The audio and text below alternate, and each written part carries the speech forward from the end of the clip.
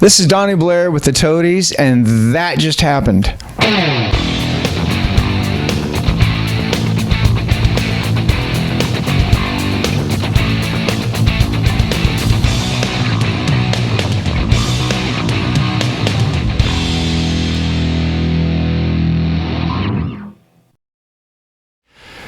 So hey guys, it's Front Row Joe, and I have the distinct honor of being with Doni Blair of the Toadies. Hello! So we're on the stop for the new album, the Lower Side of Uptown in Florida here. How's the tour been going so far? Long and like molasses, just dripping slowly back home. It's been fantastic. Every night's been either packed or sold out. Fans have been amazing. We've been playing really good. It's just been 2 months. It's been a long one for us, but you know, we can still pull it off, so we're going to. And so in addition to you being an author, kind of a side project when you're not with the Toadies, all the other guys have side projects going on as well. Can you talk a little bit about that? Yeah, Clark, our guitar player, once the band broke up in 2000, he went to film school in LA and became an editor. So he's done America's Next Top Model, Project Runway, Air Guitar Nation. He's done a lot of fantastic films, and you know, just he's got a career doing that on the side. So all of our videos are edited and pretty much overseen by Clark. I really don't look. I just trust him. Like, I'm not going to see anything different. And he sees the smallest little things in every shot. Like, oh, that could be tightened a little bit. Like, okay, whatever. I don't know. We also have Mark Resnicek, our drummer, has a comic book called Buzzkill that Dark Horse had put out originally. It's Mark, a guy named Donnie Cates was his co-writer on it, helped him out, and then a guy named Jeff Shaw was the artist. It's about a guy that the drunker he gets, the stronger he gets. Which is how we all feel. We get drunk. And that was the point. But what they did was they went to AA meetings and they made it way darker. When he told me about it, I was cracking up. But they made it dark, and it's amazing. And when it came out, it was on, when you go to comic stores, and pardon me, I'm a comic nerd. I don't mean that derogatory, because I am, you know. Rez and I would always go to comic stores. Everyone we went to, they had it up on the shelves as like pick of the week, you know. So coming from other comic nerds, that's a big deal, and he was very happy about it. Well, it got put into a graphic novel, into a trade paperback, and now Image, that's owned by Todd McFarlane and put out with Robert Kirkman of Walking Dead and all that, same company. They bought it, and so they reprinted it, and that just came out this week also. And so he's very happy about that. And our singer, Vaden, he and his wife Rachel just opened up a rehearsal facility in Fort Worth called The Loop. And what better person to do that than someone that does this all the time? And we have been in some shitholes. People have lived in them. We've gone by rooms where there's a guy in it just with a little mat, you know, and piss bottles everywhere. It's a horrible scene. So he was like, no, I'm going to just build my own, and we'll just rehearse there from now on. It's a really nice place. So if you need, for all your rehearsal needs, go to The Loop in Fort Worth. Perfect. That's a great plug. Author, pitchman. I like it. That's what I do. I'm like Flavor Flav also. You know. That's terrific. I love it. So let's talk about the new album. Let's talk about the Lower Side of Uptown. Now, I saw you guys in an interview at Edge Fest, which was back in April, I believe, earlier this year. You hadn't had a name for the album yet. Yeah. Now that you do, it's a lyric in the first song on the When I Die on the album. So how did that come about in settling on that for the name of the record? Well, it was just, we loved that song, and a lot of this stuff, since Vaden is the lyric writer, we tend to follow his lead, kind of what he's feeling, like the sequencing of all the records, how, you know, from the first song to the next, side A to side B.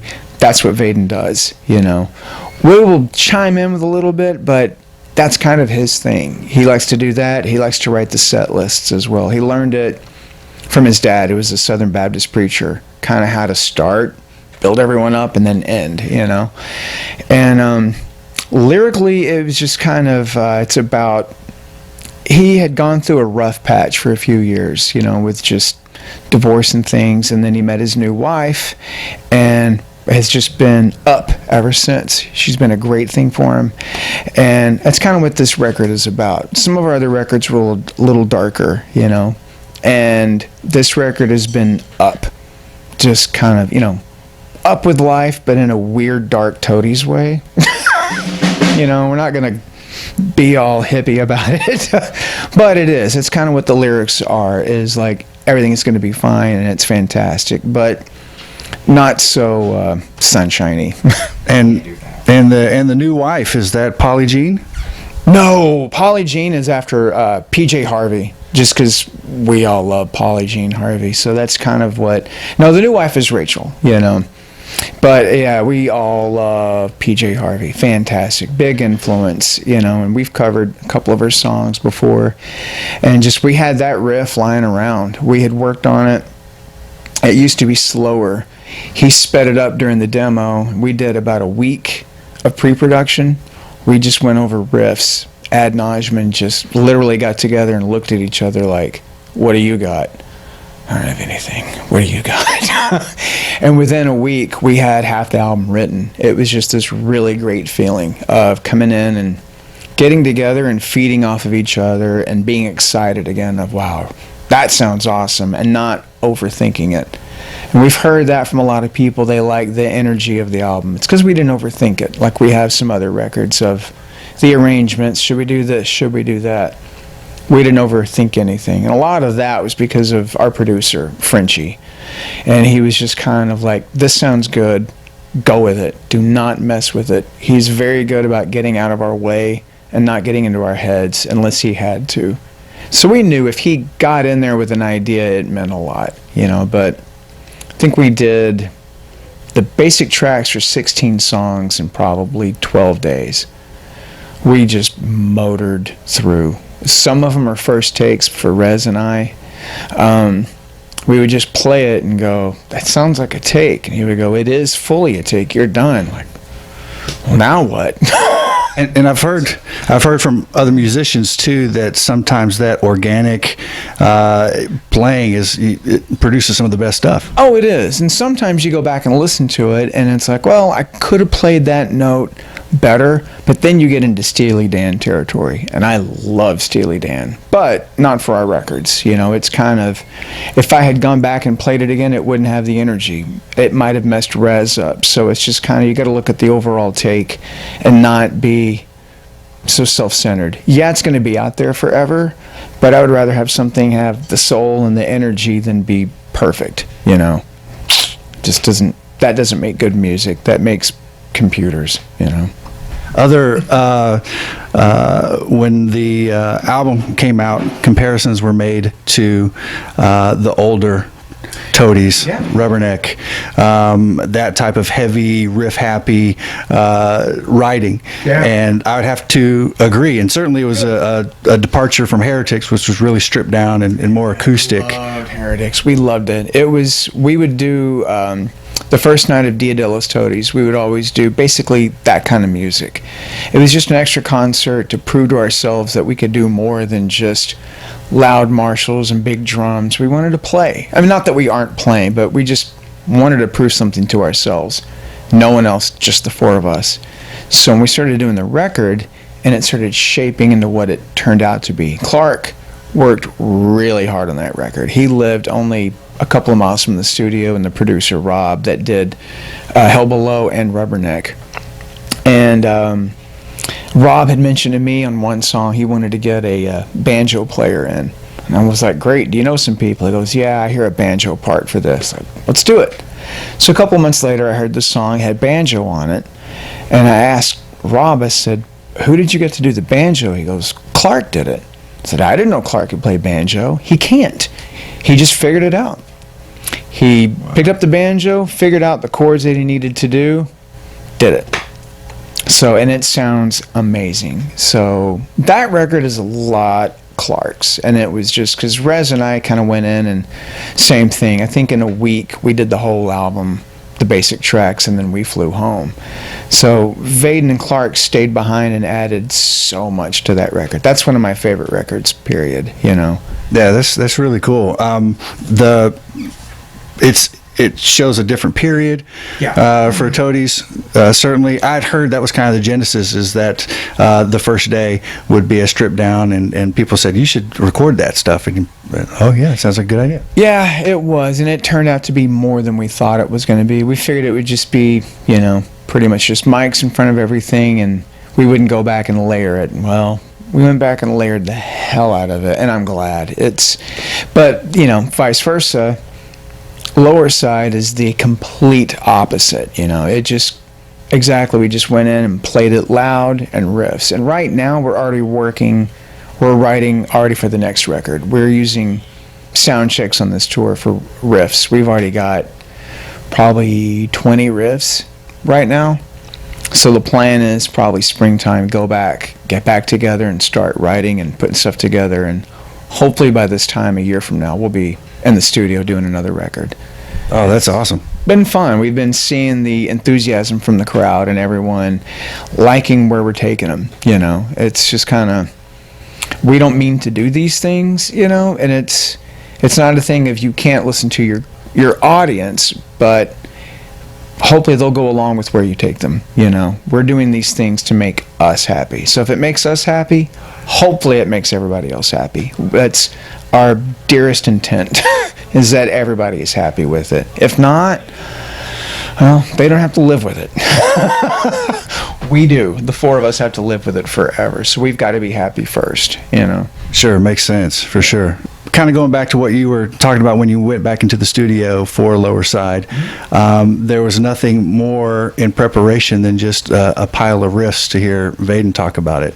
And yet, you know, again, it grew from those riffs, and it took on this life of heavy, loud, and going under the assumption that a record reflects, kind of is a snapshot of the collective members of life right at that moment. Yeah. What was kind of going on and with you guys to make it so heavy and crunchy again and loud?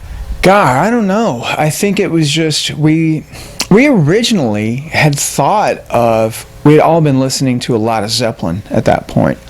So we were kind of discussing about more of like a Zeppelin 3-4 thing, you know, as acoustic and rock. That was our intent going into it. So we were going into it thinking like, well, maybe this part would be acoustic, kind of a design. We hate to really do a design on an album, but that was kind of one thing that was just, we were thinking, you know. And then right when we got into it, we're like, I don't think it's going to work out. That's just not where our heads are. So it's from the time we had demoed to the time we actually went in, we were just like, nah, we're just going to turn everything up to 11 and just go, you know. And some of the songs were like Broke Down Stupid. Clark saw a fan that day that said, I would really love to hear a great recorded version of Broke Down Stupid. So we were like, let's try it. We'd never played it before. We listened to it, went over it a couple of times, and that take, that's the drum and bass take right there. Wow, so Toadies are open to petitions to get songs on their new albums from fans. Is that what you're saying? Maybe. That was a sure thing. But there was also there was a demo, You Know the Words. And I brought that up. And I said, you guys remember that demo that Vaden made? And they were like, oh, yeah. And Vaden was like, yeah, let's listen to that. Same thing. We gave it a shot and nailed it in one take, you know. So it was just that kind of energy that we loved. Yeah, we probably could have gone in there and taken 3 days or whatever, but I think that would have come through on the album. It would have been too stale. And that's what I think people are picking up on, is the energy, the rawness, and the freshness of it, because we were just having a great time. We were excited that to be this long in the game, we can still pull that stuff off, you know. So it made us pretty happy, you know, and I think that comes through on the record. Oh, that's awesome. And that kind of leads into my last question is, you know, Toadies are labeled as alternative rock with some grunge influences, punk influences as well. Grunge came and went. What do you attribute the longevity of Toadies after all these years? You guys are still out doing it, putting out records. What do you attribute that to? It's easy. The fans, period. You know, because if they quit coming, what do we have to do? You know, yeah, we can keep making the records and stuff, but the reason we're out here in the Culture Room in Florida is because we've already pre-sold a lot of tickets to sell this place out. Same as we did in Indiana, same as we did in Chicago, and Seattle, and Portland. The fans, you know, they believe in us, and they're willing to go with us, you know. We like just doing this so much, and it's like as long as people keep coming to see us, we're going to keep coming, you know. If you want us to stay out of your town, quit coming to see us. It's the best way to keep us away. Don't buy the record, like, I don't want anything to, that will get the hint, you know. Until then, we're going to keep coming, because I don't think anyone is doing that, because the shows have been packed and crazy and fantastic, and it's very heartwarming to see after being gone for so long, to see people being this excited about the album also. This is the first time a brand new record that we put out that people have been this happy with it, so that's making us very excited for the future. Perfect. Can't wait for the show tonight, Donnie. Certainly appreciate the time. Thank you so very much for sitting with us. Guys, thanks for watching again. This is Front Row Joe with That Just Happened.